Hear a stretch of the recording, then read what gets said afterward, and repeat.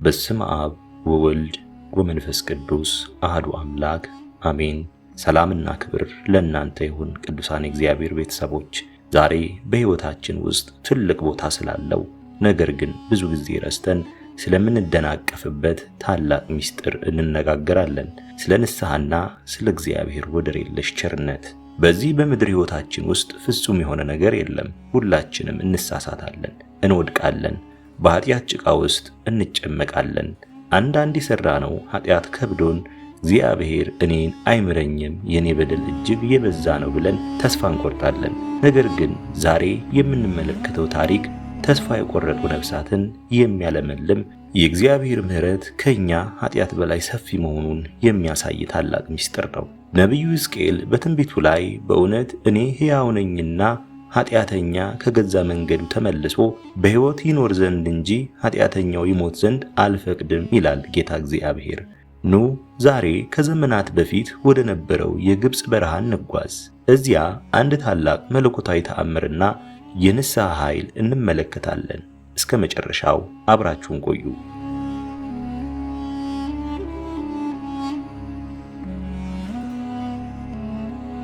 በአራተኛው መቶ ክፍለ ዘመን በታላቋ እስክንድሪያ ከተማ ውስጥ የምትኖር አንዲት ወጣት ነበረች።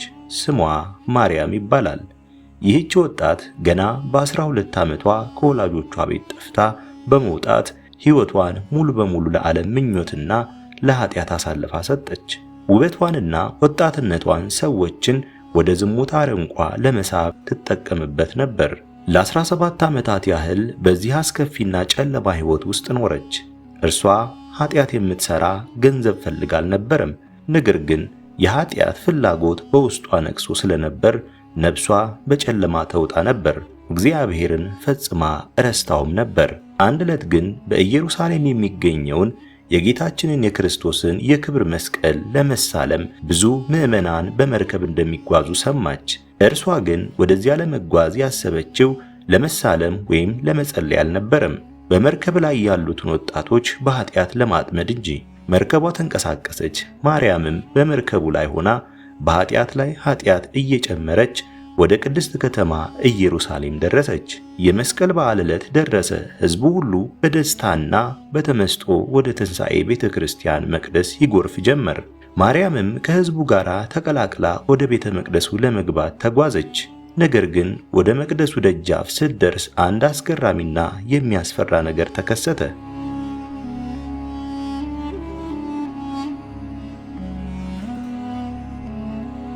ሕዝቡ ሁሉ ያለምንም ችግር ወደ ውስጥ ሲገባ፣ ማርያም ግን እግሯን ወደ መቅደሱ ልታስገባ ስትል አንድ የማይታይ ታላቅ ኃይል ወደ ኋላ ገፈተራት።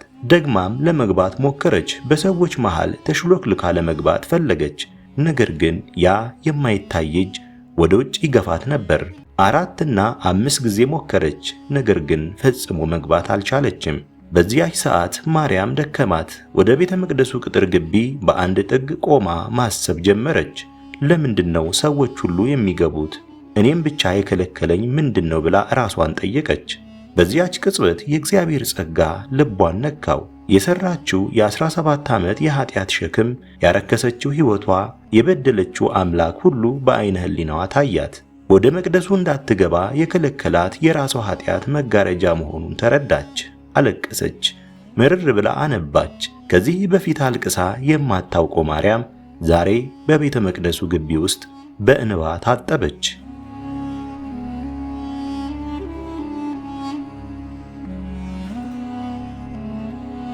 ቀና ስትል በቤተ መቅደሱ ግድግዳ ላይ የተሳለውን የእመቤታችን የቅድስት ድንግል ማርያምን ስዕል አድኖ ተመለከተች። ወደ እመቤታችን ስዕል በመጠጋት በእንባና በዋይታ መጸለይ ጀመረች። የንጹሐን እናት ቅድስት ድንግል ሆይ እኔ ኃጢአተኛና እርኩስ ነኝ። የኔ መገኘት አንቺንና ልጅሽን ያሳዝናል። ነገር ግን ልጅሽ ክርስቶስ ወደዚህ ዓለም የመጣው ኃጢአተኞችን ሊጠራ እንጂ ጻድቃንን እንዳልሆነ አውቃለሁ። እባክሽ ወደ ውስጥ ገብቼ የልጅሽን መስቀል እንድሳለም ፍቀጅልኝ። ከዚህ በኋላ ወደ ኃጢአት አልመለስም። ዓለምን ክጄ አንቺ ወደምትመሪኝ ስፍራ እሄዳለሁ ብላ ተማጸነች። ይህንን ጸሎት በእንባ ከጸለየች በኋላ በፍርሃትና በመንቀጥቀጥ ድጋሚ ወደ ቤተ መቅደሱ ደጅ ተጓዘች። በዚያም ጊዜ ያ የከለከላት ኃይል አልነበረም። በቀላሉ ወደ ውስጥ ገባች። የጌታችንን ክቡር መስቀል ተሳለመች። በፊቱም ተደፍታ ሰገደች። ከቤተ መቅደስ ስትወጣ በውስጧ ታላቅ ሰላም ተሰማት። ዳግመኛ ወደ እመቤታችን ስዕል ሄዳ እነሆ ቃል ኪዳኔን ፈጸምኩ፣ አሁን ወዴት እንድሄድ ትፈቅጅልኛለሽ አለቻት። ከስዕሉ ዘንድ ዮርዳኖስን ተሻግረሽ ወደ በረሃ ግቢ፣ እዚያ እውነተኛ ሰላም ታገኛለሽ የሚል ድምፅ ሰማች።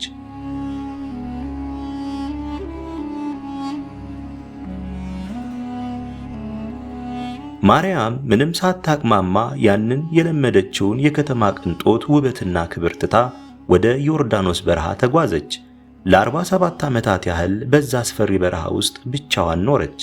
ልብሷ አልቆ በፀሐይ ቃጠሎና በብርድ እየተሰቃየች በጾምና በጸሎት በእንባና በዋይታ የሰራችውን ኃጢአት አጠበች። ከ47 ዓመት በኋላ አባ ዞሲማስ የተባሉ ቅዱስ አባት በበረሃ ሲጓዙ አገኟት። በዚያች ሰዓት ማርያም ግብፃዊት በጸሎት ስትቆም ከመሬት ከፍ ብላ የምትጸልይ የሰውን ሐሳብ የምታውቅ ታላቅ ቅድስት ሆና ነበር። የንስሐ እንባ ከኃጢአት አረንቋ አውጥቶ የቅድስነት ማዕረግ አጎናጸፋት።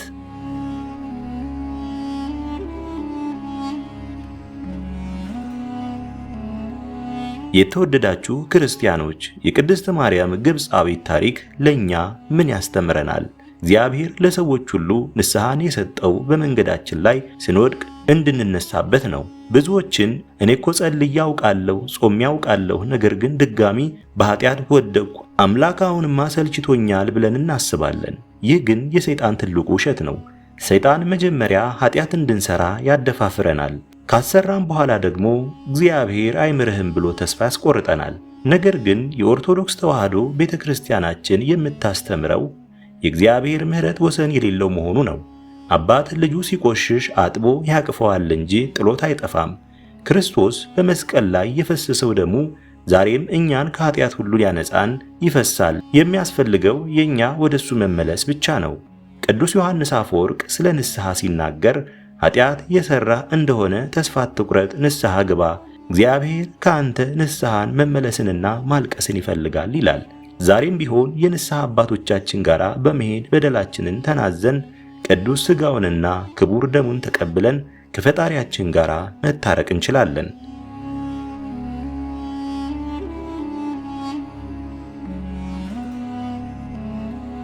የተወደዳችሁ የሊቃናት ሚዲያ ቤተሰቦቻችን ዛሬ ይህንን ታሪክ ስንሰማ ራሳችንን እንመርምር። በሕይወታችን ውስጥ ከእግዚአብሔር የራቅንበት በኃጢአት ምክንያት የቤተ መቅደሱ ደጅ የተዘጋብን የሚመስለን ስንቶቻችን ነን? ማርያም ግብፃዊትን ካለችበት የኃጢአት ጥልቁ ያወጣ አምላክ ዛሬም እኛን ካለንበት የጭንቀት የኃጢአትና የሱስ አረንቋ ሊያወጣን ዝግጁ ነው። ዛሬውኑ አምላኬ ሆይ በድያለሁና ማረኝ ብለን በእንባ ወደሱ እንመለስ። የቅድስት ማርያም ግብፃዊት በረከትና ረድኤት የእመቤታችን የቅድስት ድንግል ማርያም አማላጅነት አይለየን። ይህ ቪዲዮ ለሕይወታችሁ ጥንካሬን እንደሰጠ ተስፋ እናደርጋለን። ቪዲዮውን ላይክ በማድረግና ለወዳጅ ዘመዶቻችሁ ሼር በማድረግ ወንጌልን ለሁሉም አድርሱ።